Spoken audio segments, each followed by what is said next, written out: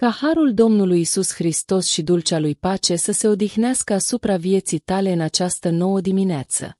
Astăzi nu este doar o altă zi. Este un apel din cer. Este oportunitatea divină pe care Dumnezeu a pus-o în fața ta și a familiei tale pentru a începe din nou, pentru a merge cu El în unitate, pentru a ridica steagul credinței în casa ta și a declara cu convingere: eu și casa mea vom sluji Domnului. Fiecare dimineață are un scop. Fiecare trezire este o invitație de a lua decizii eterne. Astăzi, Dumnezeu nu vrea doar să te binecuvânteze pe tine. El vrea să transforme casa ta într-un sanctuar unde să locuiască prezența Lui. Dacă asculți asta, nu este întâmplător. Este pentru că există un scop etern care începe să se dezvăluie asupra familiei tale. Prin fiecare cuvânt pe care urmează să-l auzi, Dumnezeu vrea să aprindă o flacără care să lumineze colțurile întunecate ale casei tale. Această rugăciune nu este o rutină în plus. Este o consacrare. Este un act de credință care are puterea de a marca un înainte și un după în povestea ta familială.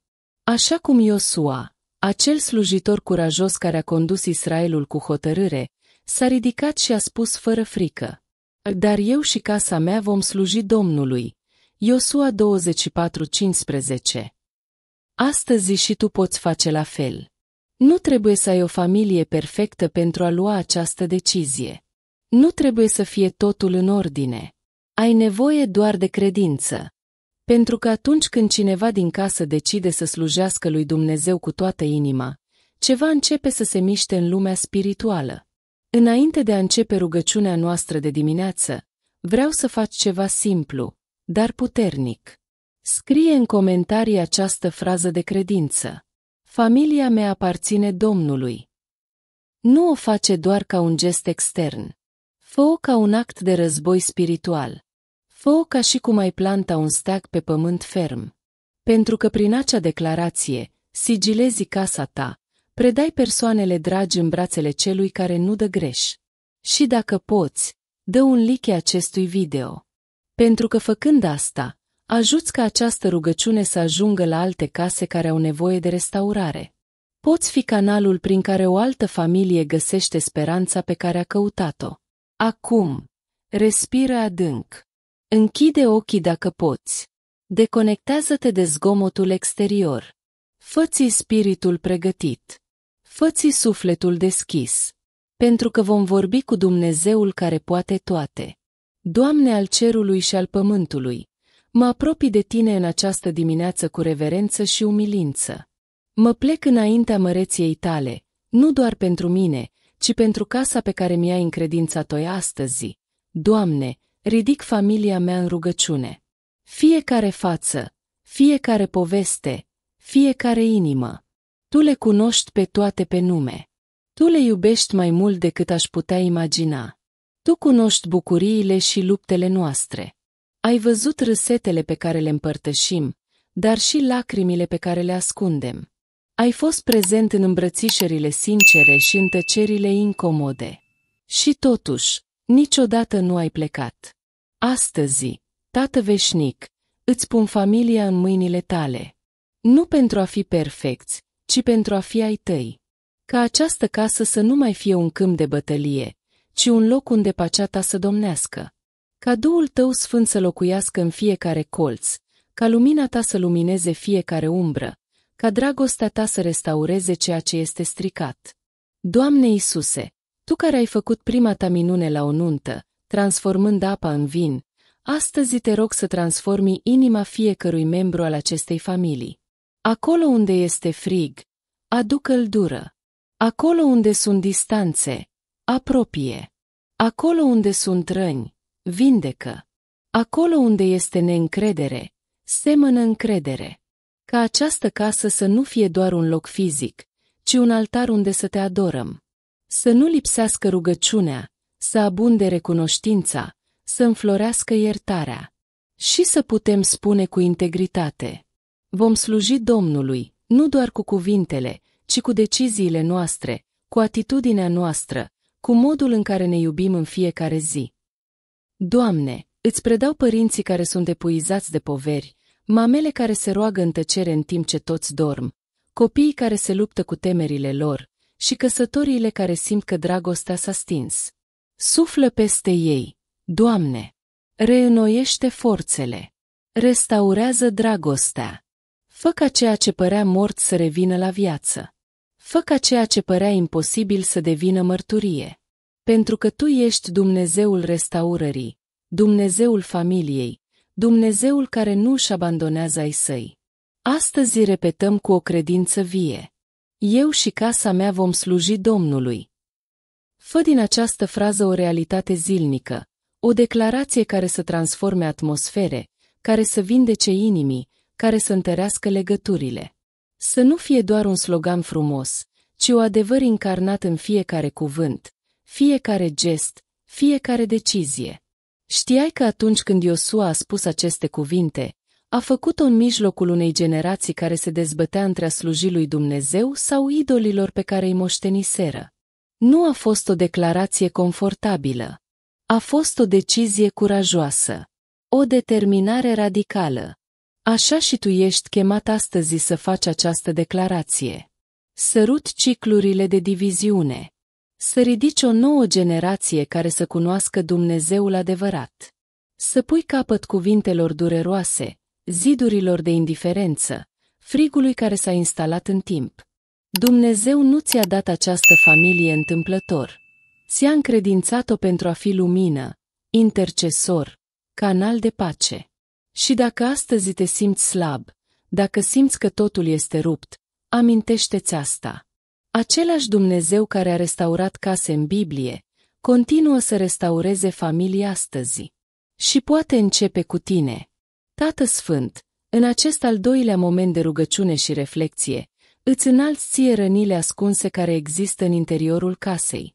Cele care nu se văd în fotografiile de familie și nu se publică pe rețele, dar care dor, divid și răcesc dragostea.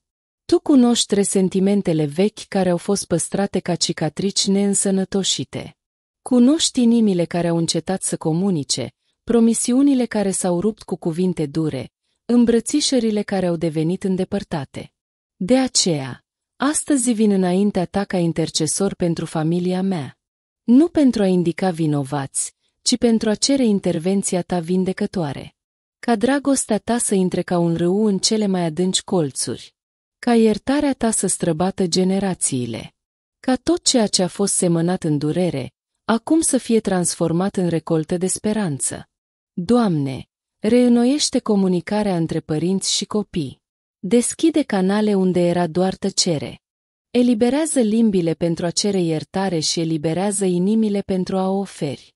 Tu ești Dumnezeul care unește ceea ce mândria a separat. Tu ești singurul care poate lua bucățile rupte ale unei familii și să formeze din nou o operă frumoasă. De aceea te rog să intri, Doamne, în fiecare cameră unde au fost strigăte, în fiecare cameră unde a fost plâns, la fiecare masă unde a domnit tăcerea. Ca Duhul Tău să transforme totul. Tată veșnic, rupe orice lanț generațional care încă opresează această familie. Dacă există tipare de diviziune moștenite, distruge-le acum. Dacă există rădăcini de amărăciune care au trecut de la părinți la copii, smulge-le de la rădăcină. Ca orice duh de ceartă, de mândrie, de control, de apatie, să iasă din această casă în numele puternic al lui Isus. Declar că această casă nu va mai fi teritoriu de conflict spiritual, ci altar de închinare. Ca acolo unde înainte se ridicau voci pentru a răni, acum să se ridice mâini pentru a adora. Ca acolo unde domnea critica, acum să înflorească edificarea. Ca fiecare cuvânt rostit în aceste ziduri să fie de viață, de binecuvântare, de restaurare. Doamne, trimite-ți îngerii să tabere în jurul acestei case. Închide fiecare ușă deschisă dușmanului, fiecare intrare unde descurajarea s-a filtrat, unde tristețea s-a ancorat, unde frica a prins rădăcini. Ca această casă să fie acoperită cu sângele Tău, sigilată cu autoritatea Ta și păzită de prezența Ta. Vreau să te conduc să-ți amintești povestea lui Corneliu, un om temător de Dumnezeu care l-a căutat pe Domnul împreună cu familia sa.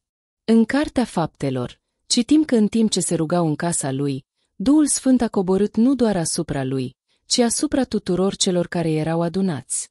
Vezi puterea unei familii care se roagă unită? Dumnezeu nu răspunde doar inimii individuale. El răspunde unității. Când o familie decide să se predice lui Dumnezeu împreună, nu doar că se produce o schimbare interioară, are loc o vizitare din cer. Asta îmi doresc pentru casa ta. Ca, asemenea lui Corneliu, familia ta să fie un punct de întâlnire între cele pământești și cele divine. Ca casa ta să fie atât de plină de Duhul Sfânt încât oricine trece pragul tău să spună: aici este ceva diferit. Aici locuiește Dumnezeu. Și dacă ești singurul credincios din casa ta, nu te descuraja. Nu trebuie să fii majoritate pentru a mișca cerul. O singură flacără poate aprinde întreaga casă. O singură credință poate rupe orice lanț. Așa cum Estera s-a ridicat pentru poporul ei din palat, așa cum ne-a ascultat de Dumnezeu pentru familia sa când nu erau semne de ploaie, așa poți fi și tu acel canal de schimbare. Nu trebuie să ai toate răspunsurile. Trebuie doar să te predai în rugăciune și să lași pe Dumnezeu să se ocupe de imposibil. Doamne, fă-ne unul. Nu uniți din conveniență sau aparență, ci din dragostea profundă pe care doar Duhul tău o poate semăna. Învăță-ne să mergem în legământ, nu în competiție. Să ne slujim unii altora, nu să ne judecăm. Ca respectul să nu fie excepția, ci regula. Ca iertarea să nu fie o monedă de schimb, ci un reflex al caracterului tău în noi. Îți consacrăm mesele noastre, visele noastre, bătăliile noastre. Îți consacrăm finanțele noastre, relațiile noastre, zilele noastre bune și cele care nu sunt atât de bune. Pentru că tot ceea ce avem și suntem vine de la tine, și ție îl returnăm. Dacă această rugăciune ți-a atins inima, dacă ceva din interiorul tău s-a trezit, nu o ignora. Acesta este momentul să o spui. Scrie acum în comentarii: eu și casa mea vom sluji Domnului. Nu o face din obișnuință. Scrie-o ca un act de credință. Scrie-o ca și cum ai sigila un legământ spiritual. Scrie-o pentru tine, pentru Dumnezeu și pentru cei care într-o zi vor vedea acel comentariu și vor spune: dacă el a putut, și eu pot. În plus, te încurajez să dai like acestui video. Nu pentru că este important pentru noi, ci pentru că asta ajută ca acest mesaj să ajungă la alte case. Îți poți imagina impactul pe care această rugăciune îl poate avea asupra unei familii aflate pe marginea despărțirii? Asupra unor părinți care nu mai știu cum să continue? Asupra unor copii care și-au pierdut calea? Tu poți fi acel canal de restaurare. Și dacă nu ești încă abonat la acest canal, fă-o acum. Alătură-te acestei familii spirituale. Aici vei găsi rugăciuni, mesaje, devoțiuni, toate cu un singur scop: să-ți întărească credința și pe acelor dragi. Rămâi în tăcere câteva momente. Respiră. Lasă ceea ce ai rugat astăzi să se așeze în sufletul tău. Imaginează-ți casa ta plină de prezența lui Dumnezeu. Imaginează-ți strigătele transformate în îmbrățișări. Imaginează-ți tăcerile rupte de râsete. Imaginează-ți rănile vindecate. Imaginează-ți că familia ta se roagă din nou unită. Pentru că asta este posibil. Pentru că pentru Dumnezeu nu există casă prea ruptă, nici poveste prea uzată. El este Dumnezeul imposibilului. Și ceea ce astăzi pare îndepărtat, mâine poate fi mărturie. Astăzi am ajuns la finalul acestei rugăciuni, dar nu la finalul a ceea ce Dumnezeu face. Aceasta este doar prima pagină a unei noi sezoane. O sezon în care tu și familia ta veți merge ținându-vă de mâna Lui. Unde dușmanul nu va mai avea stăpânire. Unde credința va înflori. Unde altarul familial va fi restaurat. Declar asupra ta și asupra celor dragi: pace în mijlocul haosului. Bucurie în mijlocul durerii. Unitate acolo unde a fost diviziune. Viața acolo unde totul părea mort. Îți mulțumesc, Doamne, pentru că știm că deja lucrezi. Și ție, dragă frate, dragă soră, îți mulțumesc că ai rămas până la final.